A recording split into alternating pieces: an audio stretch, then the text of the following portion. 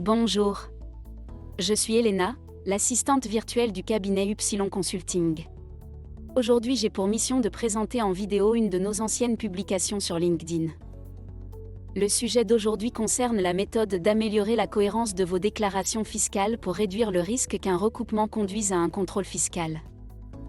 Je vais principalement vous parler de la notion de fournisseur défaillant. Alors, allons-y. En premier lieu, vous savez sans doute que l'administration fiscale fait de plus en plus appel à l'intelligence artificielle et au recoupement pour lutter contre la fraude fiscale. Cela signifie que les bons contribuables pourront bénéficier d'une gestion plus efficace des contrôles fiscaux. Mais comment réduire le risque de contrôle fiscal ?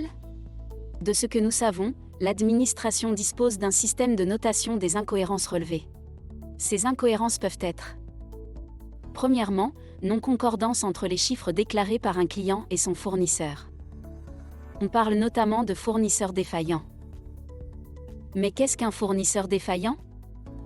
L'article 146 du CGI marocain stipule que lorsque l'administration constate l'émission d'une facture par, ou au nom, d'un fournisseur qui ne satisfait pas aux obligations de déclaration et de paiement prévues par le présent code, et l'inexistence d'une activité effective, la déduction correspondante à cette facture n'est pas admise. Vous devez garder en tête que l'administration doit prouver deux éléments importants. Premièrement, la défaillance du fournisseur en question. Deuxièmement, l'absence d'une activité effective. Les deux conditions doivent être réunies avant de rejeter la déduction de la charge ou de la TVA. Toujours selon l'article 146. L'administration doit mettre à la disposition des contribuables les identités de ses fournisseurs. Cependant, à aujourd'hui, cette ressource n'est pas encore disponible.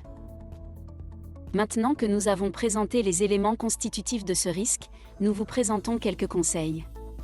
Vous pouvez vous prémunir contre ce risque en instaurant une cartographie des risques et une procédure d'achat avec des activités de contrôle. Voici quelques exemples de contrôles à mettre en place. 1. Faire une analyse préalable pour essayer d'identifier les fournisseurs importants et à risque. 2. Demander une attestation de régularité aux fournisseurs les plus importants et identifiés comme risqués sur une base annuelle. 3. Garder une trace claire de la nature et de la réalité des transactions, contrats, feuilles de temps signées, preuves de livraison, etc. 4. S'assurer de la traçabilité des transactions en payant par chèque barré, virement et autres moyens traçables. Comme ça, vous pouvez prouver votre bonne foi.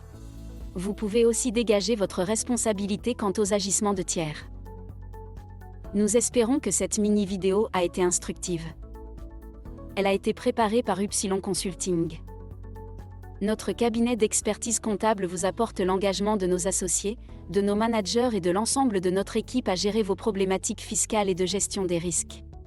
N'hésitez pas à venir découvrir plus sur notre site www.upsilon-consulting.com.